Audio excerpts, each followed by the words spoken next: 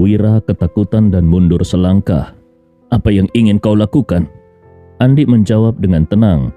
"Aku juga berniat memberimu operasi vasektomi." Wajah Wira seketika berubah menjadi pucat dan dia dengan cepat bersembunyi di belakang ayahnya. Dia tidak berani berkata apapun atau maju. Andi menggelengkan kepalanya dengan kecewa. "Lihat, betapa pengecutnya kau. Beruntung aku punya keterampilan yang lebih baik. Bahkan bisa melakukan vasektomi dari jarak jauh." Setelah mengatakan itu, Andi kembali mengirimkan seberkas energi ke tubuh Wira. Setelah selesai menangani keduanya, Andi tersenyum licik dan berkata, aku hampir lupa. Kalian berdua, meskipun sudah agak tua, seharusnya masih punya kemampuan reproduksi, bukan?" Zaki dan Brandon hampir meledak karena marah. Mereka tidak merasa tua sama sekali. Keduanya baru berusia sekitar 40. Dan dengan uang serta perawatan kesehatan yang baik, mereka bahkan merasa masih kuat seperti orang muda. Tapi mereka tidak tahu apa yang akan dilakukan Andi selanjutnya. Andi dengan santai menjentikkan jarinya dan berkata, "Baiklah, kalian boleh pergi sekarang. Aku akan berada di Jakarta dalam beberapa hari ke depan. Kalau kalian ingin membalas dendam, silakan datang kapan saja. Namun, kalau kalian butuh sesuatu dariku, kalian tahu harus bagaimana caranya. Datanglah ke depan villa Paman Aldi dan berlutut. Kalau kalian tulus, mungkin aku akan mempertimbangkannya." Zaki dan yang lainnya saling berpandangan. Mereka bingung harus berbuat apa. Meskipun Andi sudah menyuruh mereka pergi, dan mereka juga sangat ingin segera kabur, ada perasaan ragu karena mereka merasa Andi belum selesai berbicara. Namun, Andi tidak berniat memberi penjelasan lebih lanjut. Seperti kasus Icang Tama, mereka harus merasakan sendiri akibat dari tindakan mereka untuk benar-benar mengerti apa yang terjadi. Saat melihat Zaki dan yang lainnya masih bingung dan tidak segera pergi, Andi langsung berkata dengan suara dingin, "Kalau kalian tidak pergi dalam 3 detik, kalian akan tetap tinggal di sini." Mendengar itu, Zaki merasa seperti mendapatkan pengampunan. Dia segera melambaikan tangan kepada semua orang dan berteriak, "Kita pergi sekarang juga!" Semua keluarga Gunawan bergegas pergi. Namun, kedua pengawal mereka masih berlutut di tempat. Keduanya ingin pergi, tetapi kaki mereka sama sekali tidak memiliki kekuatan. Awalnya mereka masih bisa berdiri dengan sisa-sisa kekuatan di kaki mereka, meskipun hanya dengan berjalan terpincang-pincang. Namun setelah berlutut begitu lama, kaki mereka mati rasa dan tidak bisa digerakkan lagi. Melihat semua orang sudah pergi, kedua pria ini menangis karena putus asa. Sambil menangis, salah satu dari mereka berkata dengan nada memohon, "Tuan, tolong bawa kami pergi. Tuan Zaki, kami tidak bisa bergerak. Tolong biarkan kami ikut." Zaki yang sudah sangat kesal memarahi mereka. "Kalian berdua orang pengecut. Kalian tidak bisa membunuhnya dan sekarang bahkan tidak bisa berjalan." Pengawal yang berbicara itu menangis lagi. "Tuan Zaki, kaki kami benar-benar tidak bisa bergerak. Kalau kami bisa berdiri, kami tidak akan pernah memohon bantuanmu." Zaki menarik nafas dalam-dalam. Dia tidak percaya dengan apa yang terjadi. Dia melirik Andi dengan rasa takut yang mendalam dan berpikir, apa yang sebenarnya terjadi hari ini? Siapa sebenarnya pria ini? Bagaimana dia bisa membuat kedua pengawal kami ini, yang biasanya tidak segan-segan membunuh, menjadi seperti ini? Kedua pengawal itu dikenal sebagai pembunuh tanpa ampun, mampu memotong baja dengan tangan mereka. Namun sekarang mereka bahkan tidak bisa berdiri.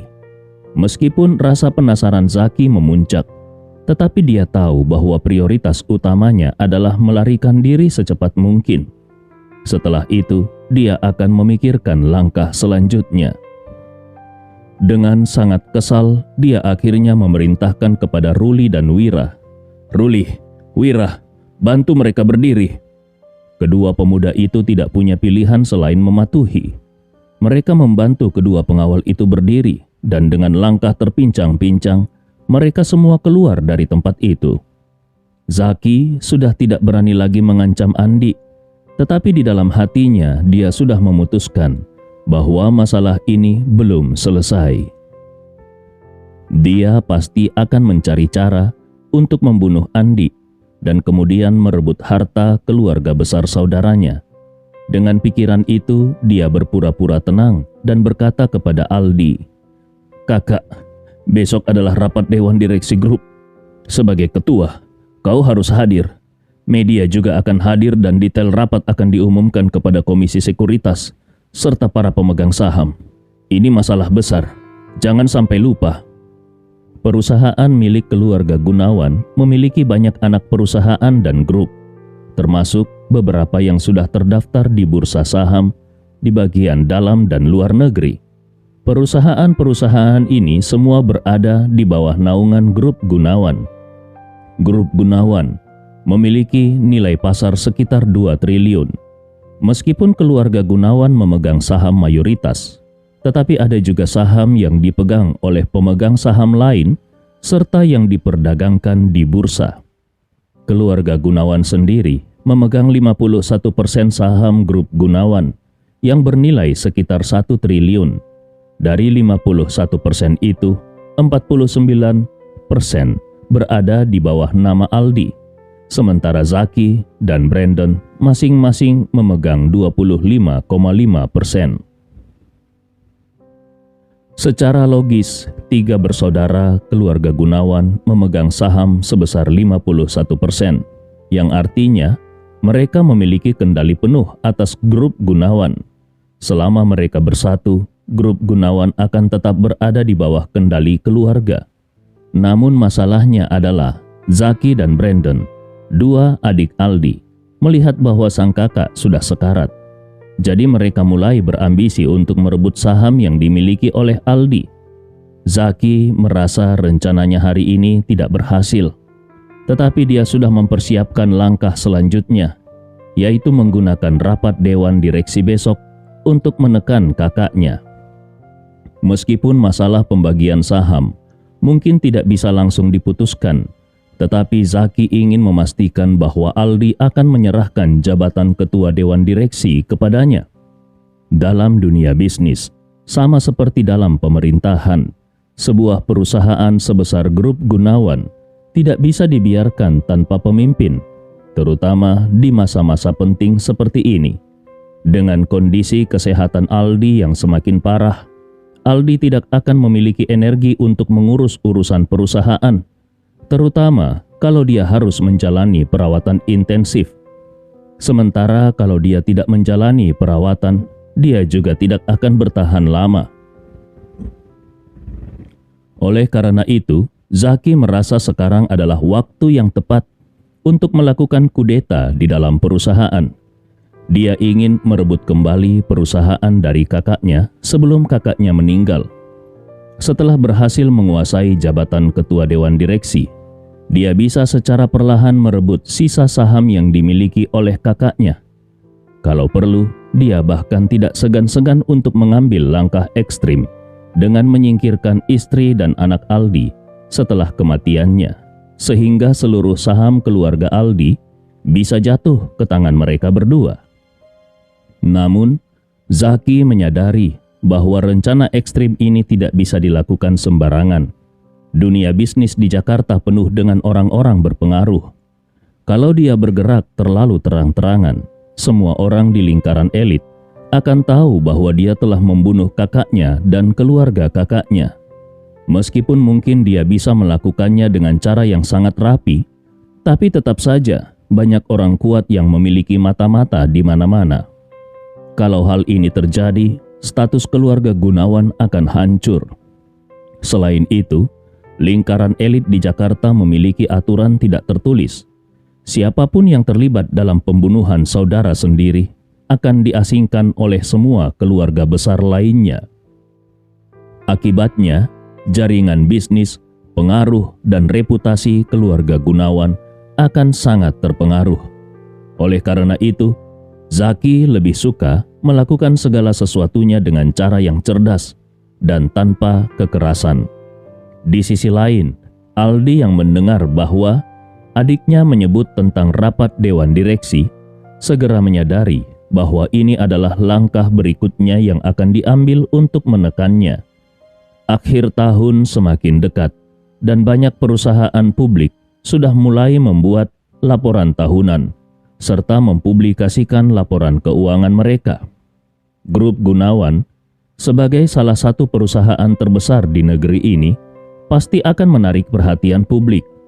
Dengan kondisinya yang semakin buruk, kalau Aldi muncul di rapat dewan dengan kondisi fisiknya yang lemah, hal ini akan membuat semua pemegang saham kehilangan kepercayaan terhadap masa depan perusahaan. Saham perusahaan akan jatuh dan para pemegang saham akan mulai mendesaknya untuk mundur. Zaki dan Brandon, kedua saudaranya, juga memegang saham masing-masing sebesar 25,5%. Sementara Aldi sendiri hanya memegang saham 49%. Kalau kedua saudaranya bersatu melawannya, Aldi tidak akan memiliki cukup kekuatan untuk melawan. Dengan menggabungkan kekuatan mereka bisa dengan mudah mencapai 51% suara yang dibutuhkan untuk memaksa Aldi turun dari jabatannya secara sah dan legal. Menyadari hal ini, Aldi menatap adiknya dengan dingin dan berkata, "Zaki, aku tahu apa yang sedang kau rencanakan. Tapi dengar baik-baik. Selama aku masih bernafas, aku akan datang ke rapat dewan besok. Apapun rencanamu, aku tidak akan membiarkanmu berhasil." Zaki dan Brandon bersama orang-orang mereka melarikan diri dengan tergesa-gesa dari rumah Aldi. Saat ini seorang pelayan masuk dengan panik dan berkata, "Tuan, beberapa pengawal kita terluka." Aldi langsung melambaikan tangannya dan berkata, "Segera panggil ambulans dan antar mereka ke rumah sakit untuk perawatan. Semua biaya akan kutanggung, dan setiap orang juga akan mendapat uang santunan untuk pemulihan. Aku akan mengirim sekretarisku ke sana." Pelayan itu segera mengangguk dan mengeluarkan ponselnya untuk menelpon ambulans. Semua orang pergi keluar untuk memeriksa kondisi pengawal yang terluka. Meskipun beberapa dari mereka tampak terluka parah, untungnya tidak ada yang berada dalam kondisi kritis. Namun, para pengawal itu merasa sangat malu. Bahkan mereka tidak berani menatap Aldi. Mereka terus-menerus mengutuk diri sendiri karena merasa tidak mampu dan merasa telah mengecewakan kepercayaan Aldi. Aldi tidak mempermasalahkan hal itu. Dia menghibur mereka satu persatu. Apa yang terjadi hari ini adalah kecelakaan. Lawan datang dengan persiapan matang, dan mereka semua adalah ahli bela diri. Kalau kalian kalah dari mereka, itu bisa dimengerti. Sambil berkata demikian, dia menambahkan, "Jangan terlalu memikirkan hal ini sekarang. Fokus saja untuk mendapatkan perawatan yang baik dan pulih dengan cepat." Tidak lama kemudian, ambulans datang dan membawa para pengawal yang terluka. Aldi juga mengirim sekretarisnya ke rumah sakit untuk mengurus segala urusan terkait administrasi dan biaya. Setelah semua urusan diatur dengan baik, akhirnya Aldi bisa menarik napas lega. Keluarga Gunawan pun kembali ke ruang makan bersama Andi. Dengan emosi yang terguncang, Aldi memegang tangan Andi dan berkata dengan suara serak, "Andi, hari ini semuanya bisa selamat berkat kau." Di sebelahnya, Maria dan Mary juga mengangguk dengan penuh rasa terima kasih. Maria berkata, "Andi, kalau bukan karena kau, aku dan pamanmu benar-benar tidak tahu bagaimana melewati cobaan ini." Mary juga ikut menangis dan berkata, "Andi, aku sangat berterima kasih padamu hari ini." Sambil berkata demikian, dia teringat betapa ayah dan ibunya diperlakukan dengan tidak adil tadi, dan tiba-tiba emosinya menjadi tidak terkendali. Air mata terus mengalir dari matanya. Andi segera menenangkan mereka. "Paman, Bibi, dan Mary, kalian semua adalah keluargaku. Tidak ada yang perlu diucapkan soal terima kasih. Dan Kita tidak perlu saling sungkan." Aldi mengangguk dan dengan mata memerah dia bertanya, "Andi, bagaimana kau bisa sekuat ini sekarang? Bahkan kedua pengawal itu bukan tandinganmu. Ini luar biasa. Apa yang telah kau alami selama ini? Bagaimana kau bisa memiliki kekuatan sehebat itu?" Andi dengan serius menjawab, "Paman, meskipun selama bertahun-tahun ini aku hidup dengan banyak kesulitan, tetapi aku juga mendapatkan beberapa kesempatan yang tidak akan pernah dialami oleh orang biasa, sehingga aku punya sedikit kemampuan." Aldi memegang tangan Andi dan berkata dengan penuh ketulusan, "Andi, kalau aku pergi, maka bibimu dan Mary hanya bisa bergantung padamu. Kalau tidak ada kau, aku benar-benar tidak akan tenang, bahkan setelah aku mati."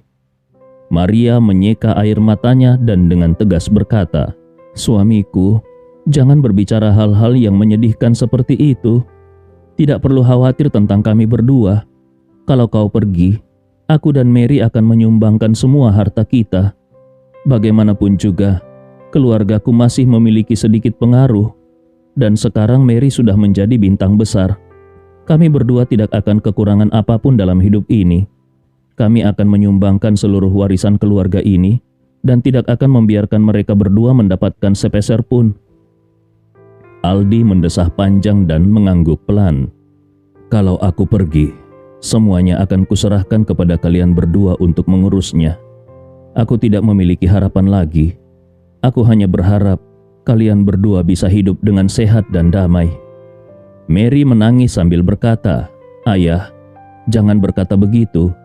Bukankah ayah akan segera dirawat di rumah sakit dan menjalani perawatan? Mungkin masih ada keajaiban. Jangan terlalu cepat memutuskan nasibmu."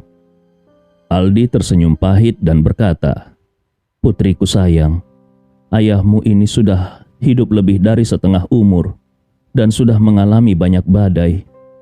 Jadi, bisa melihat serta memahami segala sesuatu dengan lebih jelas. Penyakit yang ayah derita ini, dimanapun tidak akan ada yang bisa menyembuhkannya. Menjalani perawatan intensif hanya akan menunda waktu. Entah aku akan pergi di paruh pertama tahun ini atau di paruh kedua." Begitu kata-kata ini keluar, Maria dan Mary langsung menangis dengan penuh kesedihan. Keduanya adalah wanita yang sangat cantik. Jadi tangisan mereka yang penuh dengan air mata membuat siapapun yang melihatnya akan merasa iba. Terutama Mary, meskipun Andi belum banyak berinteraksi dengannya, tetapi Andi bisa merasakan bahwa sifat Mary sangat angkuh dan keras kepala.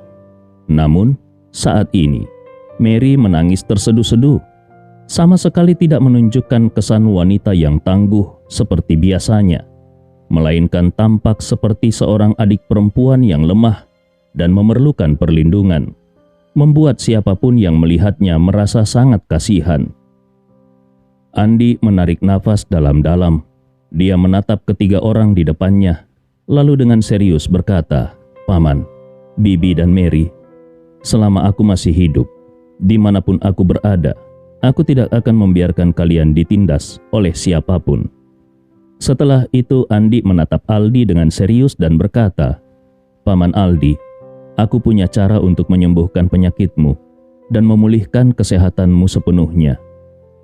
Kalau Andi mengatakan hal ini sebelumnya, saat mereka sedang makan, Aldi mungkin tidak akan mempercayainya sepenuhnya.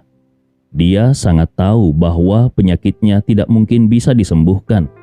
Namun setelah melihat bagaimana Andi berhasil mengalahkan kedua pengawal hebat dengan kekuatannya sendiri, tiba-tiba Aldi merasakan kepercayaan yang sangat kuat terhadap Andi. Dia merasa kalau Andi sudah mengatakan demikian, maka pasti ada harapan. Dengan tergesa-gesa Aldi bertanya, "Andi, benarkah kau punya cara untuk menyembuhkanku?" Maria juga berkata dengan mata merah, "Andi, penyakit pamanmu ini sudah sangat parah. Kami sudah berkonsultasi dengan para ahli terbaik, tetapi mereka semua..."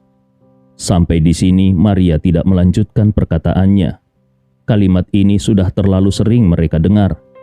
Tidak peduli kepada siapa mereka berkonsultasi, jawabannya selalu sama. Penyakit ini tidak bisa disembuhkan, dan yang terbaik yang bisa dilakukan hanyalah memperpanjang hidup beberapa bulan lagi. Andi dengan penuh keyakinan berkata, "Bibi Maria, jangan khawatir. Kalau aku bilang bisa menyembuhkannya, maka pasti bisa." Sambil berbicara, Andi merogoh sakunya dan mengeluarkan jamu regenerasi dan menyerahkannya kepada Aldi. Dengan serius dia berkata, "Paman Aldi, minumlah obat ini dan semua penyakitmu akan sembuh seketika." Aldi tercengang. Dia menatap jamu tersebut dengan mata terbelalak. Apakah jamu ini benar-benar seajaib itu? Kalau ada orang lain yang memberinya ramuan seperti ini dan mengklaim bahwa hanya dengan menelannya semua penyakit bisa sembuh, Aldi pasti tidak akan mempercayainya. Klaim itu benar-benar bertentangan dengan pemahamannya tentang dunia, tentang penyakit, tentang kanker, dan bahkan tentang kehidupan itu sendiri. Namun, karena yang berbicara adalah Andi, entah kenapa dia mulai berpikir bahwa mungkin saja ada sedikit kebenaran dalam kata-kata Andi. Oleh karena itu, dia segera bertanya, "Andi, jadi aku hanya perlu menelan jamu ini?" Andi mengangguk ringan. "Benar, Paman. Telan saja. Langsung dan minum dengan air hangat. Mary, tolong ambilkan segelas air hangat untuk Paman." Mary segera bangkit dan mengambil segelas air hangat. Di sampingnya, Maria menunjukkan ekspresi yang sedikit rumit. Di satu sisi dia ingin percaya, tetapi di sisi lain dia merasa bahwa semua ini terdengar tidak mungkin. Namun dia berpikir lagi, Andi tidak akan menyakiti suaminya. Bagaimanapun, ini hanya jamu. Meski tidak menyembuhkan, seharusnya juga tidak akan menimbulkan bahaya yang serius. Maka dia memilih untuk diam dan menunggu, melihat apakah ada efek setelah suaminya meminum jamu tersebut. Setelah air hangat disediakan, Aldi tanpa ragu-ragu menaruh jamu yang harum itu ke dalam mulutnya, menyesap air, dan dengan satu kali tenggak dia menelan jamu tersebut. Khasiat jamu regenerasi tentunya tidak diragukan lagi. Ini adalah esensi yang tercatat dalam buku ajaib, yang memiliki kekuatan untuk menghidupkan kembali pohon kering, memulihkan masa muda orang tua, dan menyembuhkan orang yang hampir mati. Dulu, Albert pernah terluka parah oleh pengawal keluarga hartawan, dan hampir kehilangan nyawanya. Dalam situasi itu, bahkan dokter terbaik di dunia hanya bisa menyelamatkan nyawanya, tetapi tidak mungkin menyelamatkan otaknya. Hasil terbaik adalah dia akan menjadi seorang vegetatif. Namun, setelah meminum jamu regenerasi, Albert bukan hanya sembuh sepenuhnya, tetapi tubuhnya bahkan menjadi lebih muda 10 tahun lebih. Ini menunjukkan betapa menakjubkannya khasiat dari jamu regenerasi. Oleh karena itu, Andi sangat yakin kalau jamu regenerasi juga pasti bisa menyembuhkan Aldi. Saat ini, Aldi meminum jamu regenerasi di hadapan istri dan putrinya, dan segera merasakan perasaan nyaman yang belum pernah dirasakannya sebelumnya, menyebar di perutnya. Tubuhnya yang awalnya seperti tanah kering yang pecah-pecah akibat kekeringan selama bertahun-tahun musim kering, tanpa setetes pun air, kini seakan merasakan aliran air segar yang tak berujung, yang mengalir keluar dari retakan tanah, menyegarkan dan bahkan menutupi seluruh daratan dengan sumber air yang melimpah. Kondisi fisiknya yang sebelumnya telah terkuras hingga lebih dari 80% akibat penyakit parah, seolah-olah mulai pulih dengan cepat. Dia pernah merasakan tubuhnya semakin memburuk setiap hari, seperti ember yang bocor di dasarnya, dan dia bisa merasakan hidupnya mengalir keluar dengan cepat. Namun pada saat ini, dia tiba-tiba merasakan proses sebaliknya, seolah-olah kehidupannya yang hilang sedang diisi kembali dengan cepat. Tak lama kemudian dia merasakan tubuhnya pulih hingga 50%, lalu 70%, lalu 90%, dan akibatnya sepenuhnya pulih dalam waktu singkat. Dalam waktu kurang dari 1 menit, Aldi merasa tubuhnya telah kembali ke kondisi sehat seperti sebelumnya. Saat dia mulai sakit, usianya 48 tahun dan sekarang dia sudah berusia 50 tahun. Meskipun hanya terpaut jarak 2 tahun, namun usia 48 tahun adalah masa ketika dia masih sehat, sedangkan usia 50 tahun adalah ketika dia sudah sekarat. Namun sekarang, dia kembali merasakan kondisi sehat dan bugar, seperti saat berusia 48 tahun. Baginya, semua ini benar-benar luar biasa, seolah-olah dia mengalami mimpi indah sesaat sebelum kematiannya. Tetapi, kejutan itu belum berakhir. Bagaimanapun, ini adalah jamu regenerasi. Ini adalah ramuan yang membuat kakek Wirawan rela berlutut di depan Andi demi mendapatkannya. Ini adalah ramuan yang membuat Albert bersedia mengorbankan segalanya untuk Andi. Ini adalah ramuan yang membuat Ahmad Saidi bersedia membelinya seharga 2 miliar. Ramuan yang begitu luar biasa dan berharga ini, bagaimana mungkin hanya membawa tubuh Aldi kembali ke usia 48 tahun? Jamu regenerasi bagaikan kekuatan magis yang bisa melintasi waktu, menarik tubuh Aldi mundur dengan cepat. Selanjutnya Aldi merasakan tubuhnya seolah-olah kembali ke usianya yang ke-45. Tahun itu ada sebuah peristiwa yang sangat membekas dalam ingatannya. Tahun itu ayahnya meninggal dunia. Sebagai anak yang sangat berbakti, Aldi membelikan peti mati dari kayu terbaik untuk ayahnya. Peti mati itu begitu berat sehingga dibutuhkan 16 orang pria muda dan kuat untuk mengangkatnya. Aldi bergabung dengan adik-adiknya, Zaki dan Brandon, dalam proses tersebut, berharap bisa ikut mengangkat peti ayah mereka.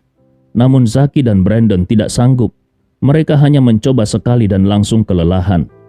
Pada akhirnya, Aldi dan 15 pemuda lainnya berhasil mengangkat peti mati itu dan membawanya ke pemakaman. Setelah jatuh sakit, Aldi seringkali merindukan dirinya yang dulu. Pada saat itu, meskipun usianya sudah 45 tahun, dia masih memiliki semangat pantang menyerah.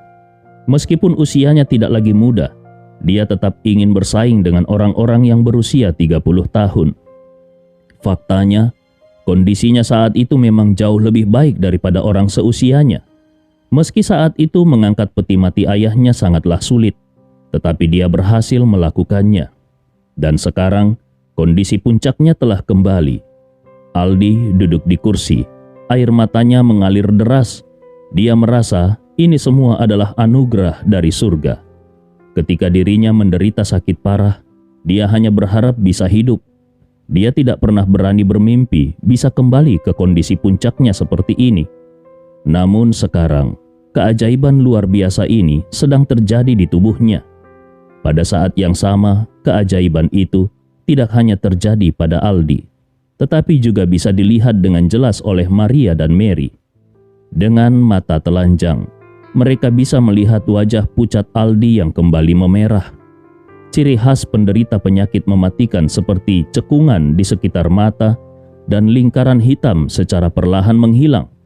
Rambutnya yang sudah beruban juga dengan cepat menjadi hitam. Bahkan kerutan di wajahnya seolah disetrika oleh kekuatan yang tak terlihat dari waktu. Astaga, apa yang mereka lihat? Mereka menyaksikan waktu berputar mundur. Maria menutup matanya dengan kedua tangannya dan matanya membelalak lebar. Dalam mata indahnya yang telah terlalu sering menangis karena kesedihan, untuk pertama kalinya mengalir air mata kegembiraan. Mary juga sama.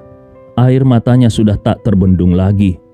Tetapi dia sangat takut mengganggu keajaiban yang sedang berlangsung, sehingga dia tidak berani mengeluarkan suara sedikit pun. Selama ayahnya sakit, dia secara diam-diam berdoa dan berharap ada mujizat yang terjadi.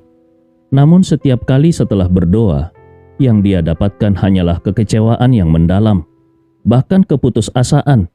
Siapa yang menyangka kalau pada saat ini, tunangannya yang telah dia impikan selama lebih dari 10 tahun, kakak yang selalu dia kejar-kejar sejak kecil, justru membawa mujizat terbesar di dunia ini untuk ayahnya. Tubuh Aldi terus merasakan waktu berputar mundur. Saat ini dia merasakan dirinya kembali ke kondisi ketika berusia 40 tahun. Tahun itu, ada satu hal yang sangat dia ingat. Tahun itu dia mendengar kabar bahwa seseorang di Argentina yang jauh melihat seorang pemuda Indonesia. Pemuda itu bekerja sebagai pemandu tur sementara bagi turis Indonesia di Buenos Aires, di ibu kota Argentina, untuk mencari nafkah. Dan pemuda itu sangat mirip dengan sahabatnya, yang sudah seperti saudaranya. Mendengar berita itu, Aldi sangat bersemangat. Dia segera memesan tiket pesawat ke Argentina. Pada saat itu, jet pribadi Aldi hanya mampu terbang sejauh 8.000 km. Namun untuk menemukan Andi, dia tanpa ragu langsung berangkat tengah malam. Total waktu penerbangan sekitar 30 jam. Selama 30 jam itu, Aldi tidak tidur sedikit pun. Dia sangat yakin bahwa kali ini dia pasti akan menemukan jejak Andi. Sehingga dia begitu bersemangat dan tidak bisa beristirahat. Ditambah lagi, sebelum lepas landas, dia sudah tidak beristirahat selama lebih dari 10 jam. Jadi dia terus terjaga selama 40 jam penuh. Anehnya, saat itu dia tidak merasakan lelah sedikit pun. Namun, setelah dia menemukan pemuda yang sangat mirip dengan ayah Andi dan memastikan bahwa itu bukanlah Andi yang dia cari, lebih dari 50 jam telah berlalu. Barulah saat itu dia merasakan kelelahan yang luar biasa. Namun sekarang dia merasakan tubuhnya kembali ke kondisi seperti saat itu. Dalam sekejap, pandangan dunianya selama beberapa dekade benar-benar terbalik. Dia tidak mengerti ramuan apa yang diberikan Andi kepadanya. Bagaimana mungkin ramuan bisa sehebat ini? Pada saat ini, Aldi yang tampak lebih muda, setidaknya 10 tahun, menangis terharu tanpa bisa berkata-kata. Maria dan Mary juga sudah menangis tanpa henti. Keduanya, satu di kiri dan satu di kanan, memegang tangan Aldi yang kini sudah hangat. Mereka begitu terharu sampai tidak bisa mengucapkan sepatah kata pun. Meskipun Aldi belum menjalani pemeriksaan medis apapun dan mereka belum menerima laporan resmi apakah Aldi sudah benar-benar sembuh, tetapi mereka mempercayai mata mereka sendiri, mempercayai penilaian mereka, dan yakin bahwa Aldi telah sepenuhnya sembuh. Dan sebagai orang yang langsung merasakan efek dari jamu regenerasi, Aldi sangat memahami kondisinya sendiri. Sekarang dia yakin 100% bahwa dia tidak hanya sembuh, tetapi juga tubuhnya kembali ke kondisi seperti saat dia berusia 40 tahun. 10 tahun yang lalu. Hal ini membuatnya sangat bahagia. Butuh waktu yang cukup lama baginya untuk kembali tenang dari emosi yang begitu meluap-luap. Setelah itu dia menatap Andi dengan tatapan mata penuh rasa terima kasih. Tiba-tiba dia mendorong perlahan istri dan putrinya di sampingnya, lalu langsung berlutut di depan Andi. Andi tidak menyangka Aldi akan bersujud kepadanya. Dia segera meraih Aldi untuk mencegahnya untuk berlutut. Namun, Aldi terus berusaha melepaskan tangan Andi. Dan dengan tegas serta hormat dia berkata, "Andi, kau telah memberi hidup kedua kepada Paman. Ini adalah bentuk ucapan terima kasih Paman. Jadi kau tidak bisa menghentikan Paman." Andi langsung berkata, "Paman adalah saudara angkat ayahku yang berarti Paman sudah seperti paman kandungku sendiri. Bagaimana mungkin aku menerima penghormatan sebesar ini? Aku tidak pantas menerimanya, Paman." Aldi menggelengkan kepalanya dan berkata, "Andi, kebaikanmu lebih besar dari gunung. Bahkan kalaupun aku memberikan setengah dari hartaku padamu, itu tidak akan cukup untuk membayar kebaikanmu. Jadi kau harus menerima penghormatan ini." Sebelum Andi sempat berbicara, Maria juga berlutut dan Mary tanpa ragu ikut berlutut di sampingnya. Maria dengan suara tersedak berkata, "Andi, kebaikanmu pada keluarga kami sangat besar. Tante, Bibi tidak akan pernah melupakan hal ini seumur hidup." Di sampingnya Mary mengangguk berulang kali dan berkata, "Andi, terima kasih banyak." Pada saat ini Aldi terus berusaha untuk bersujud kepada Andi. Dia bersikeras untuk menunjukkan rasa terima kasihnya. Andi melihat ini, menghela nafas panjang, lalu melepaskan Aldi dan berkata dengan serius, "Baiklah, kalau kalian bersikeras, aku tidak akan menghentikan kalian. Namun, setelah ini selesai, mari kita jangan membicarakan tentang hal ini lagi. Aku bahkan belum sempat makan sedikit pun. Mari kita makan siang dengan tenang, oke?" Aldi segera berlutut dan berkata dengan tulus, "Andi, Paman tidak bodoh. Paman bisa melihat kalau kau pasti memiliki kemampuan luar biasa. Paman sangat berterima kasih atas kesempatan besar yang kau berikan ini. Paman akan mengingat ini seumur hidup. Kalau di masa depan ada sesuatu yang kau butuhkan, sekalipun harus melewati api dan air, Paman tidak akan ragu untuk melakukannya." Andi tersenyum tipis, lalu dia membantu Aldi berdiri dan berkata, "Paman sudah selesai bukan? Sekarang, apakah kita bisa makan?" Aldi segera tersenyum dan berkata, Ayo, mari kita lanjutkan makannya." Setelah itu, dia dengan penuh semangat memandang Maria dan berkata sambil tertawa, "Istriku, pergilah ke gudang dan ambil sebotol anggur terbaik yang sudah aku simpan. Aku ingin minum beberapa gelas bersama Andi hari ini. Selama lebih dari setahun ini, aku tidak menyentuh anggur dan aku sudah sangat rindu." Sambil menghapus air matanya, Maria tersenyum dan berkata, "Baiklah, kalian berdua duduk dan makanlah. Aku akan segera mengambilnya." Tidak lama kemudian Maria kembali dengan sebotol anggur. Aldi mengambil botol itu sambil membuka tutupnya. Dia berkata kepada Andi, "Andi, sejak tahun kelahiran Mary, setiap tahun pada hari ulang tahunnya, aku selalu menghabiskan banyak uang untuk menyimpan sejumlah anggur terbaik yang bisa kubeli. Sekarang, sudah ada satu ruangan penuh di ruang bawah tanah. Semuanya adalah anggur terbaik. Awalnya, aku menyimpannya untuk menyambut teman dan keluarga saat nanti Mary menikah. Tapi hari ini, mari kita coba dulu anggurnya." Maria tersenyum dan berkata dari samping, "Andi, botol-botol ini adalah harta yang sangat dijaga oleh pamanmu. Ruang penyimpanannya sudah diisi selama lebih dari 20 tahun. Dan ini adalah pertama kalinya satu botol dikeluarkan untuk diminum." Aldi tertawa. "Anggap saja anggur ini disiapkan untuk pernikahanmu dan Mary. Hari ini kita minum sebagai pemanasan." Wajah Mary langsung memerah, sementara Andi merasa sedikit canggung. Menikah? Dia sudah menikah sekarang.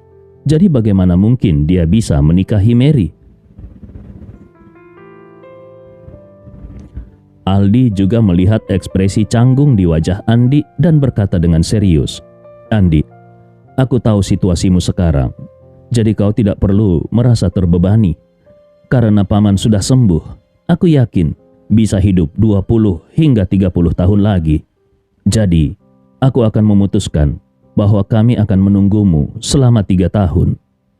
Sambil menuangkan anggur, Aldi melanjutkan, "Dalam 3 tahun ini, kau bisa menyelesaikan masalah yang ada secara perlahan, lalu merencanakan masa depanmu dengan baik. Apakah kau ingin kembali ke Jakarta atau kembali ke keluarga Rewa? Semua itu bisa kau pikirkan dengan matang.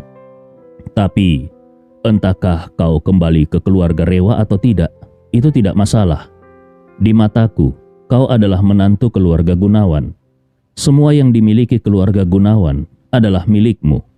Tidak masalah meskipun tidak ada keluarga Rewa." Maria ikut menambahkan, setelah menikah dengan Mary, pilihan terbaik adalah kembali ke Jakarta untuk tinggal. Kalau kau merasa bosan dengan hal-hal rumit dari keluarga kaya di Jakarta, Bibi juga mendukung kalau kau dan Mary ingin pindah ke luar negeri. Selain itu, kau tidak perlu khawatir tentang uang. Bibi dan pamanmu sudah memiliki cukup kekayaan untuk kalian berdua hidup sejahtera di negara manapun seumur hidup kalian." Wajah Mary semakin memerah, tetapi dia hanya diam sambil sesekali melirik Andi dengan penuh kasih sayang. Andi tahu bahwa perjanjian pernikahan dengan Mary adalah keinginan orang tuanya, dan perjanjian itu sudah ada selama lebih dari 20 tahun. Dia merasa sungkan kalau langsung menolak sekarang, jadi dia mengangguk perlahan dan berkata dengan serius, "Paman, Bibi, aku akan mempertimbangkan masalah ini dengan matang." Menurutnya, menunda sementara waktu dan perlahan-lahan mencari cara untuk menyelesaikan masalah ini adalah solusi terbaik. Aldi setuju dengan gembira, lalu dia menyerahkan segelas anggur kepada Andi. Dia juga mengangkat gelasnya sendiri dan berkata dengan semangat, "Ayo, Andi, mari kita habiskan gelas ini." Andi mengangguk, lalu mereka pun bersulang. Setelah meneguk segelas anggur, Aldi merasa puas dan berkata dengan penuh semangat, "Sekarang aku benar-benar mengerti. Memiliki uang dan kekuasaan tidak ada artinya dibandingkan dengan memiliki kesehatan. Kesehatan adalah yang paling penting." Kemudian, dia tidak bisa menahan diri untuk bertanya kepada Andi, "Oh ya, Andi, bolehkah aku bertanya? Obat apa yang kau berikan padaku? Bagaimana bisa itu memiliki efek yang begitu luar biasa? Rasanya seperti pil ajaib." Ketika Andi mendengar Aldi bertanya tentang jamu regenerasi, dia tersenyum dan berkata, "Paman Aldi, ramuan itu disebut jamu regenerasi. Meskipun aku tidak berani mengklaim bahwa itu adalah pil ajaib, tapi aku bisa menjamin bahwa ramuan itu memang sangat ajaib. Aku mendapatkannya secara kebetulan." Aldi tidak meragukannya dan dengan serius berkata, "Jamu itu sungguh luar biasa. Benar-benar seperti bukan berasal dari dunia ini. Saat aku meminumnya, rasanya seperti berada dalam mimpi. Sepertinya ramuan tradisional memang memiliki khasiat yang luar biasa, yang sulit untuk kita pahami." Andi mengangguk setuju. Maria tiba-tiba teringat sesuatu dan berkata, "Aldi, di rapat dewan direksi besok, begitu kau muncul, kau pasti akan membuat banyak orang terkejut, terutama adik-adikmu itu." Aldi tertawa dingin. "Benar sekali. Besok, aku bukan hanya akan membuat seluruh dewan direksi terkejut, tetapi juga akan merombak seluruh dewan direksi. Selama ini aku terlalu baik kepada adik keduaku dan ketigaku. Tidak pernah terpikir olehku bahwa mereka akan menikamku dari belakang saat aku sakit parah. Tapi mulai besok, hari-hari mereka di grup Gunawan tidak akan nyaman lagi." Maria segera menambahkan, "Mulai sekarang, kau harus lebih memperhatikan masalah keamanan pribadi, baik di perusahaan maupun di rumah. Kita perlu menambah jumlah pengawal untuk berjaga-jaga agar mereka tidak melakukan tindakan nekat." Aldi mengangguk. "Jangan khawatir, besok aku akan menghubungi perusahaan keamanan terbaik dan mengeluarkan 2 miliar untuk menyewa tim keamanan terbaik. Mereka akan melindungi keluarga kita 24 jam sehari. Mulai sekarang, selain orang-orang yang ada di ruangan ini, aku tidak akan mempercayai siapapun lagi." Orang-orang di ruangan yang disebutkan Aldi adalah istri dan putrinya serta Andi. Saat ini, selain 3 orang itu, dia memang tidak berani mempercayai siapapun lagi. Ketika saudara kandungnya sendiri bisa mengkhianatinya dan bahkan berniat merebut kekayaannya, serta lebih buruk lagi, mereka mengancam nyawa istri dan anak-anaknya. Hal itu membuatnya sangat marah dan sekaligus menyadari sifat asli manusia. Saudara kandung, di hadapan uang dan kepentingan, mereka bisa saling menyerang. Memikirkan hal ini, Aldi menatap Andi dan berkata dengan serius, "Andi, kalau kau tidak ada rencana besok, bagaimana kalau kau ikut denganku? Dengan kehadiranmu, Paman akan merasa lebih tenang." Andi tanpa ragu-ragu langsung mengangguk setuju. Tujuannya datang ke Jakarta kali ini adalah untuk membantu Aldi menyelesaikan masalah. Masalah kesehatan sudah terselesaikan, tetapi masalah aset juga perlu dibantu. Saat ini, Aldi baru saja sembuh dari penyakit parah. dan kekuasaannya atas perusahaan masih dalam keadaan lemah. Dia mungkin belum bisa menghadapi kedua adiknya. Kalau kedua adiknya bersatu dengan pemegang saham lainnya untuk menyingkirkannya, itu akan menjadi masalah besar. Selain itu, Andi lebih khawatir lagi kalau kedua adik Aldi mungkin akan mencoba membunuh Aldi. Bagaimanapun mereka sudah lama mengincar kekayaan bernilai miliaran ini. Jadi tidak mungkin mereka menyerah begitu saja. Oleh karena itu, Andi tahu bahwa dia harus membantu Aldi menyelesaikan semua masalah sebelum bisa meninggalkan Jakarta dan kembali ke Makassar. Ketika Aldi mendengar Andi setuju untuk ikut dengannya, dia menghela nafas lega dan berkata dengan penuh perasaan, "Ayo Andi, Paman ingin bersulang untukmu." Andi mengangguk dan sekali lagi bersulang dengan Aldi. Maria yang melihat keduanya minum dengan gembira berbisik kepada putrinya Mary, "Sudah lama ayahmu tidak sebahagia ini." Mary juga mengangguk berkali-kali dan berkata di telinga ibunya, "Sepertinya sejak insiden Paman Sandi, aku tidak pernah melihat ayah seceria ini."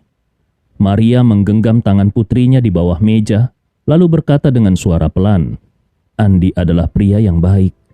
Kau harus benar-benar menjaganya." Mary merasa malu dan agak canggung. "Ibu, bagaimana caranya aku menjaganya? Andi sudah menikah dan dia juga belum bercerai." Maria menjawab dengan serius, "Anak bodoh, dia adalah tunanganmu sejak kecil. Itu berarti seseorang telah merebut suamimu, bukan kau yang merebut suami orang lain." Setelah berhenti sejenak, Maria melanjutkan, "Selain itu, aku tidak percaya bahwa di Makassar ada putri dari keluarga manapun yang bisa menyaingi Andi. Bahkan keluarga terkaya di sana pun tidak cukup berkelas. Di seluruh Jakarta, satu-satunya yang pantas dengannya selain kau, mungkin hanya putri dari keluarga Smith. Lagi pula, kau sudah bertunangan dengannya sejak kecil, dan keluarga kita sudah bersahabat selama bertahun-tahun. Menikah dengannya adalah hal yang wajar dan sudah diatur oleh takdir. Selain itu, saat kau menikah dengan Andi, ayahmu akan sangat bahagia seakan memiliki seorang putra lagi. Dia pasti akan sangat gembira sepanjang waktu." Wajah Mary memerah karena malu. "Ibu, tapi bagaimana caranya? Aku tidak tahu bagaimana caranya menarik perhatian Andi." Maria tersenyum. "Jangan khawatir, nanti ibu akan mengajarimu pelan-pelan." Sementara itu, Andi telah bersulang kembali dengan Aldi lalu berkata, "Paman Aldi, tujuan utama kedatanganku kali ini, selain untuk menjenguk Paman dan Bibi serta membantu Paman sembuh, aku juga ingin bersiarah ke makam orang tuaku. Di mana mereka dimakamkan sekarang?" Aldi tampak sedih dan menghela nafas. Lalu dia menyebutkan sebuah tempat yang tidak terkenal. Andi merasa heran mendengar nama itu karena tidak familiar. Maka dia bertanya, "Paman Aldi, kenapa sepertinya aku belum pernah mendengar tentang tempat itu sebelumnya?" Aldi menjawab, "Awalnya orang tuamu dimakamkan di makam leluhur keluarga Rewa di pinggiran utara.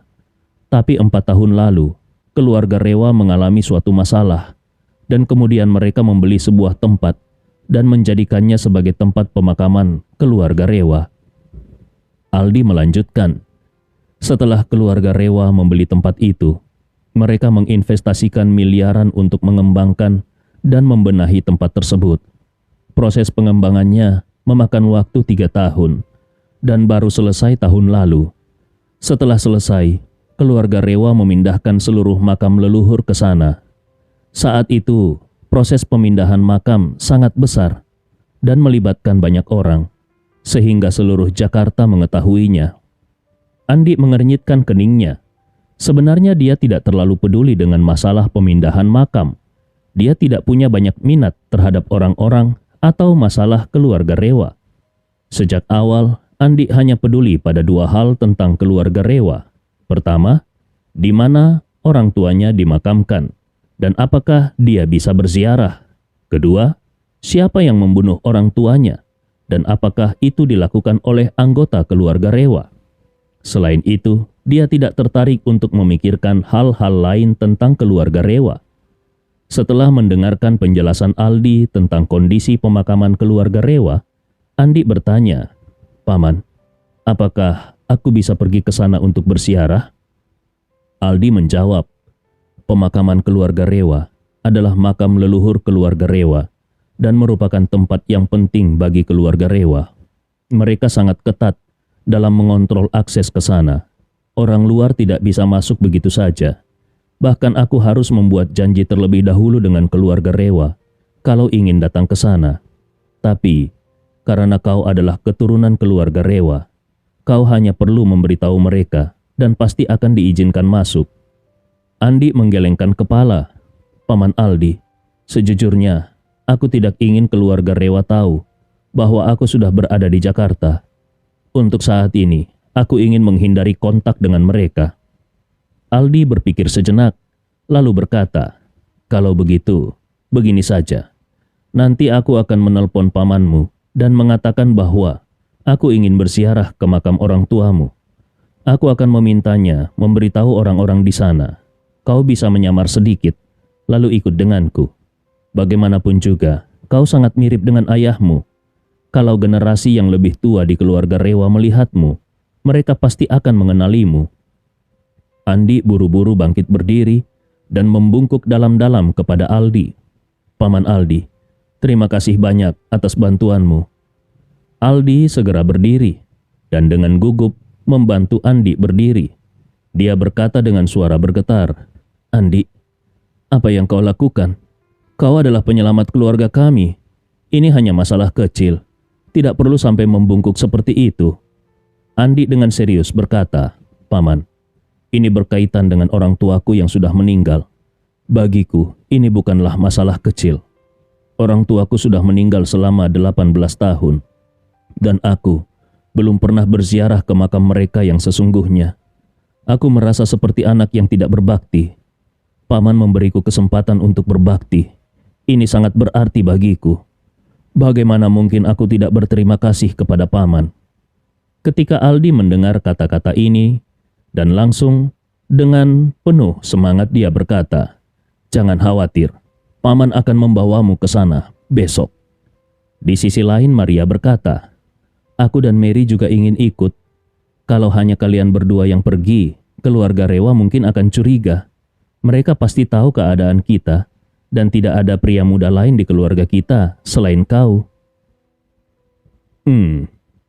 Itu tidak masalah," Aldi berkata. Kemudian dia melanjutkan, "Kita bisa membuat Andi berpura-pura menjadi sopirku." Maria mengangguk, tetapi tetap bersikeras. "Tapi, aku dan Mary tetap ingin ikut. Sudah setengah tahun aku tidak berziarah ke makam kakak ipar." Mary segera berkata, "Benar, Ayah, izinkan aku dan Ibu ikut juga." Aldi mengangguk dan berkata, "Baik, besok kita semua akan pergi bersama-sama." Setelah berpikir sejenak, dia melanjutkan, "Begini, besok pagi aku dan Andi akan pergi ke perusahaan untuk menghadiri rapat dewan direksi. Kalian berdua tunggu di rumah. Setelah rapat selesai, kami akan menjemput kalian dan langsung menuju ke sana." Maria segera menyetujui. "Baiklah." Malam itu setelah makan dan minum sampai kenyang, suasana hati mereka menjadi semakin baik. Aldi kemudian membawa Andi ke ruang kerjanya untuk melihat beberapa koleksi foto-foto lama. Foto-foto lama ini semuanya menampilkan orang tua Andi. Foto yang paling awal adalah saat mereka baru menikah, sebelum Andi lahir. Dari penampilan orang tua Andi, mereka benar-benar pasangan luar biasa. Ayah Andi tampan dan gagah, sementara ibunya cantik dan anggun. Kecantikan ibunya bahkan membuat Maria tidak bisa dibandingkan dengannya. Kecantikannya luar biasa di zamannya dan menarik perhatian dimanapun dia berada. Sayangnya, pasangan yang terkenal sebagai pasangan emas itu kini telah tiada. Yang tersisa hanyalah kenangan yang samar dan gambar-gambar yang mulai memudar. Saat itu, Aldi belum menikah. Jadi pada pernikahan orang tua Andi, dia berdiri di samping ayah Andi dan berfoto bersama mereka. Kemudian, pada saat pernikahan Aldi dan Maria, orang tua Andi hadir untuk memberikan ucapan selamat. Mereka berempat berfoto bersama. Selanjutnya, ketika Andi lahir, jumlah orang dalam foto itu bertambah menjadi 5. Andi saat itu masih bayi, berada dalam pelukan ibunya. Kemudian, Mary lahir, menambah jumlah orang dalam foto menjadi 6. Foto itu menunjukkan bagaimana 2 anak yang awalnya masih dalam balutan selimut bayi, tumbuh menjadi anak-anak yang bisa berdiri di samping orang tua mereka. Ada juga foto-foto Andi dan Mary saat kecil. Karena Andi lebih tinggi dari Mary, dia tampak seperti kakak yang melindungi adiknya. Sementara Mary tampak bahagia berada di sampingnya. Menariknya, dalam setiap foto, Mary selalu menggenggam lengan Andi dengan erat. Terlihat sangat bahagia dan penuh kebahagiaan. Sementara Andi dalam foto-foto itu tampak berusaha menjaga jarak dengan wajah sedikit kaku. Sambil menunjukkan foto-foto lama ini, Aldi menghela nafas. Tidak kusangka, waktu berlalu begitu cepat. Tiba-tiba saja kau sudah sebesar ini. Melihat begitu banyak foto-foto lama orang tuanya, mata Andi memerah. Beberapa kali air matanya hampir menetes, tetapi dia menahannya dengan keras. Melihat hal itu, Aldi menepuk bahu Andi dengan lembut. Andi, kalau orang tuamu tahu kau selamat, mereka pasti sangat bahagia. Andi mengangguk dan berkata dengan penuh emosi, aku merasa tidak layak di hadapan mereka. Bertahun-tahun aku tidak pernah berziarah ke makam mereka. Aku merasa malu. Selain itu, aku belum mencapai apapun yang membanggakan. Aku merasa tidak pantas atas didikan mereka. Aldi berkata dengan serius, jangan berkata begitu. Orang tuamu sangat bijaksana. Mereka tidak pernah punya harapan tinggi agar kau menjadi seseorang yang luar biasa. Mereka sendiri adalah sosok yang hebat, dan harapan mereka untukmu hanyalah agar kau bisa tumbuh sehat dan bahagia, tanpa beban dan kekhawatiran di dalam hidup. Andi tersenyum mendengar ini. Kenangan tentang orang tuanya membuat hatinya hangat. Memang benar, seperti yang dikatakan Aldi, orang tuanya selalu menekankan bahwa dia tidak perlu menjadi seseorang yang luar biasa. Yang penting baginya adalah hidup dengan hati yang baik dan bahagia, tanpa terlalu memikirkan pencapaian atau status sosial. Setelah menghabiskan sepanjang sore berbicara dengan Aldi, Maria masuk membawa buah-buahan. Dia berkata kepada Andi, Andi, kamar tamu sudah disiapkan untukmu. Kamar itu ada di lantai 2, di sebelah kamar Mary. Kau sudah cukup lelah, sebaiknya kau istirahat sebentar. Kalau ada apa-apa, kau bisa langsung memanggil Mary. Andi menjawab dengan anggukan, baik, terima kasih Bibi. Teman-teman, terima kasih sudah mendengarkan kisah Andi Rewa bersama Bang Nobar di channel Bang Nobot hari ini. Jangan lupa follow akun Instagram Bang Nobar dengan nama Wan Nobar berikut ini. Oke, sampai jumpa, salam sehat selalu, salam Cotokondro Palubasa.